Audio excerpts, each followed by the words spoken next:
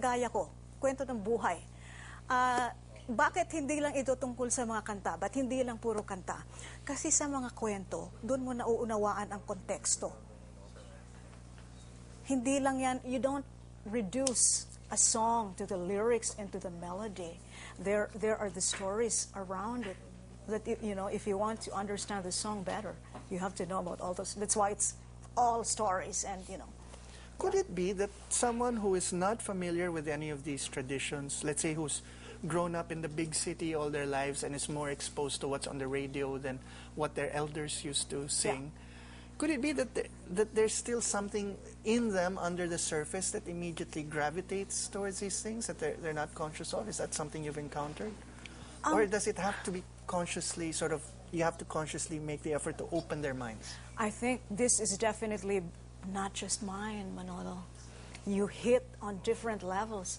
I'm a singer, so when I sing, people don't just respond intellectually. Definitely not.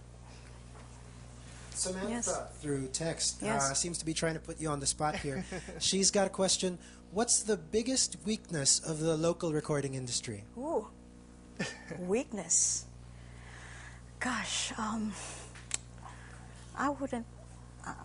Am I in a position to answer that? But maybe a recommendation, right? A recommendation. We need to hear more of oral traditions.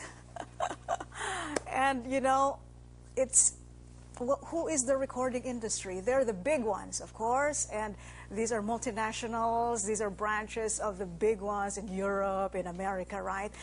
But as ordinary citizens, like myself, we formed our own all-Filipino independent record label. We call Tao Music, and we publish the recordings of the elders and artists such as ourselves to make it available to the public. So, you know, of course, there are the gaps in the recording industry, but what I'm saying is we ordinary Filipinos can do something, you know. You know, my final question, very brief one, which is, there's a certain irony to this book, which is that it's written down. Why isn't it you reading it and are being able to bring a recording with us as we go to work or as we're relaxing at home, where it has a record. Yes, but it's a record of the different performance. Again, since we are a cuento culture, I've always wondered this about books in our country, why we don't have more audiobooks. Do you think this is maybe that's something to do in the future? Okay, so this is something for the publisher, an audiobook version of this, please. And that leads to my view. Now, tonight's show can give you only the barest glimpse into the richness and variety of our traditional cultures. Now, I'm sure you've listened to and read of the endless debate concerning our national and regional identities.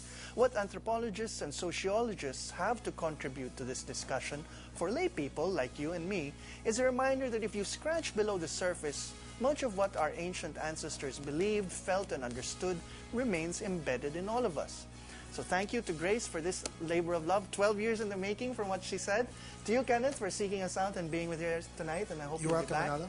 And to the students from St. Monique College of Manila, bravo to you for your questions, and thanks for being with us. I'm Manolo Quezon, and this has been The Explainer.